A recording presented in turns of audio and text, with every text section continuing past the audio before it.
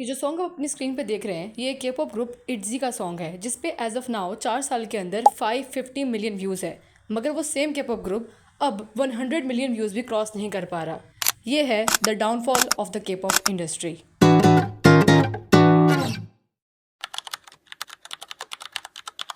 के pop groups का मामला स्टार्ट होता है 1992 में जब फर्स्ट के पॉप ग्रुप इस्टेब्लिश हुआ था। के पॉप इंडस्ट्री बॉलीवुड इंडस्ट्री और अमेरिकन इंडस्ट्री से थोड़ी डिफरेंट है। इसमें एक एजेंसी के अंडर सारे आइडल्स काम करते हैं, जबकि हमारे यहाँ लोग अपना सोलो करियर भी बनाते हैं। ऐसा नहीं है कि यहाँ पे सोलो करियर्स नहीं होते, यहाँ पे सोलो करियर्स होते हैं, लेकिन वो भी अंडर किसी एजेंसी के होते हैं।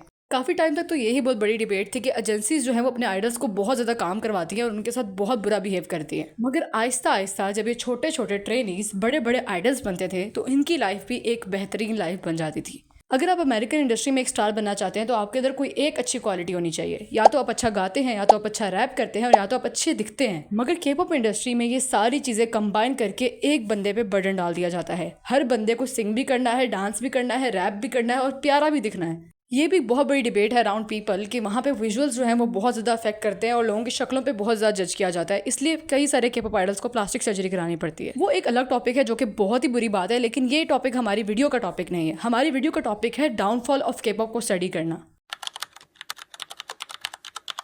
गंगनम स्टाइल ये पहला सॉन्ग था जिसने के पॉप की हिस्ट्री को पूरे तरीके से चेंज कर दिया। इसके बाद के पॉप अमेरिका और बहुत सारी कंट्रीज के अंदर फेमस हो गया। लोग इस गाने को सुनते थे मगर जानते भी नहीं थे कि ये किसी के पॉप आर्टिस्ट ने गाया है। आहिस्ता आहिस्ता बीटीएस ने भी के पॉप को बहुत ज़्यादा फेमस किया। बीटीएस के गाने भी हर जगह सुने जाने लगे और बीटीएस के सारे मेंबर्स ही इंडिपेंडेंटली फेमस हो गए। इसके बाद आया ब्लैक पिंक जिसने अपने डेब्यू सॉन्ग से ही सारे वर्ल्ड रिकॉर्ड्स तोड़ दिए और उसने भी के पॉप को बहुत ज़्यादा फेमस कर दिया। आहिस्ता आहिस्ता के पॉप बहुत ज़्यादा फेमस होने लगा और हर जगह हर कोने में आपको इनके फैंस मिलेंगे।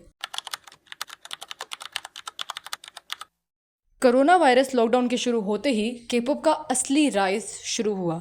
अगर हम बोलें कि ये के पॉप के लिए सबसे बेस्ट टाइम था, सबसे बेस्ट टाइम पीरियड था, तो ये झूठ नहीं होगा। इसके अलावा भी बहुत सारे न्यू के पॉप ग्रुप्स जो थे वो फेमस हुए और उनको एक चांस मिला ऊपर आने का। इस टाइम के पॉप ने बहुत सारा पैसा कमाया। इस टाइम पे लोग बिल्कुल फारिग थे और लोगों के पास कुछ नहीं था करने के लिए, इसलिए इस टाइम यूट्यूबर्स ने भी बहुत ज़्यादा अर्न किया, ड्रामा मेकर्स ने भी बहुत ज़्यादा अर्न किया और के पॉप ने तो बहुत ही ज़्यादा अर्न किया। बीटीएस के बटर जैसे सॉन्ग्स थे तो दुनिया जहाँ के सारे वर्ल्ड रिकॉर्ड्स तोड़ दिए। उसके बाद लीसा के सोलो सॉन्ग ने भी सारे के सारे रिकॉर्ड्स तोड़ दिए। नए नए लोग के पॉप की तरफ आना शुरू हुए और लोगों ने के पॉप को देखना शुरू किया। और अगर मैं अपने बारे में पर्सनली बात करूँ तो इस टाइम पे मैंने भी के पॉप देखना शुरू किया था और मैं के पॉप की बहुत बड़ी फैन बन चुकी थी। इस टाइम पे के पॉप्स ने बड़ी बड़ी कंपनीज को साइन किया। के पॉप्स ने बड़े बड़े ब्रांड्स के साथ काम करना शुरू किया और बड़े बड़े ब्रांड जैसे कि सेंट लॉरेंट, डायोर ने इनको अपना ब्रांड एम्बेसडर बनाया। अब पूरी की पूरी इंडस्ट्री ये बात जानती थी कि अगर हमें किसी भी इवेंट की तरफ अटेंशन लेके आनी है तो हमें एक के पॉप आइडल को बस वहाँ पर लाना पड़ेगा।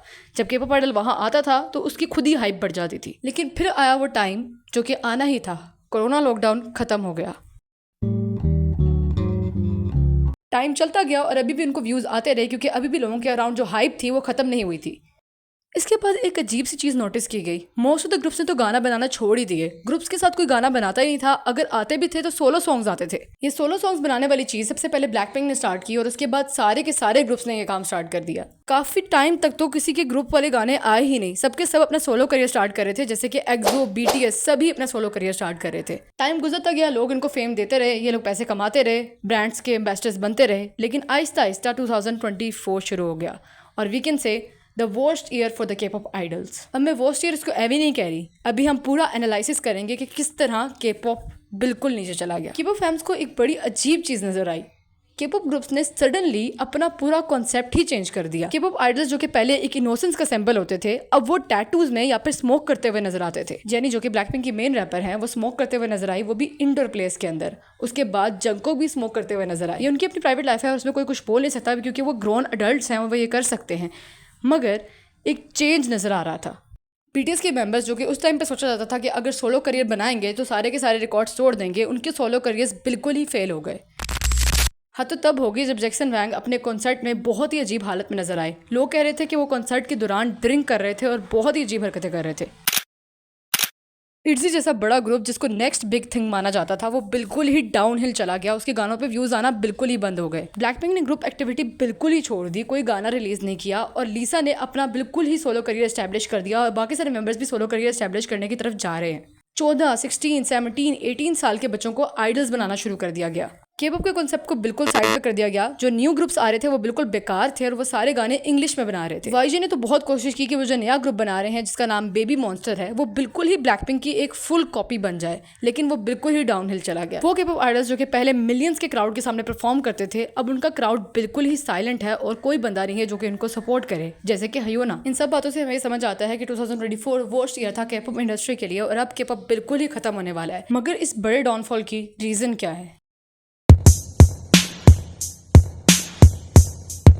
मेरे अकॉर्डिंगली इस डाउनफॉल की सबसे बड़ी रीज़न ये है कि K-pop इंडस्ट्री के लोगों ने अब अमेरिकन स्टाइल को अडेप्ट करने की बहुत ज़्यादा कोशिश शुरू कर दी है। जहाँ पहले एक एल्बम में सिर्फ 2 गाने ऐसे होते थे जो कि इंग्लिश में बनाए जाते थे, वहाँ अब सारे गाने ही इंग्लिश में बनाए जाते हैं। वो K-pop आइडल्स जो कि पहले बहुत ही नॉर्मल सॉन्ग्स बनाते थे, अब वो सारे गानों में अमेरिकन टर्म्स इस्तेमाल करते हैं और ये चीज़ें ना ही कोरियन लोगों को पसंद आ रही हैं और ना ही वर्ल्ड वाइड लोगों को पसंद आ रही हैं। ये तो बस एक रीज़न है। दूसरी रीज़न डाउनफॉल की ये है कि ये डाउनफॉल K-pop का नहीं है, ये डाउनफॉल बस यूट्यूब का है। लोगों ने अब यूट्यूब को इतना ज़्यादा इस्तेमाल करना छोड़ दिया है और लोग अब ज़्यादातर इंस्टाग्राम पे फोकस करते हैं क्योंकि उनके पास टाइम नहीं होता इतनी बड़ी बड़ी चीज़ें देखने के लिए। तीसरी और आखिरी रीज़न जो कि मुझे बहुत इंपॉर्टेंट रीज़न लगती है वो ये है कि K-pop आइडल्स जो कि एज अ ग्रुप बहुत ज़्यादा पावरफुल थे, अब वो सब अलग हो चुके हैं और अपने सोलो करियर स्टैब्लिश करने की कोशिश में लगे हुए हैं।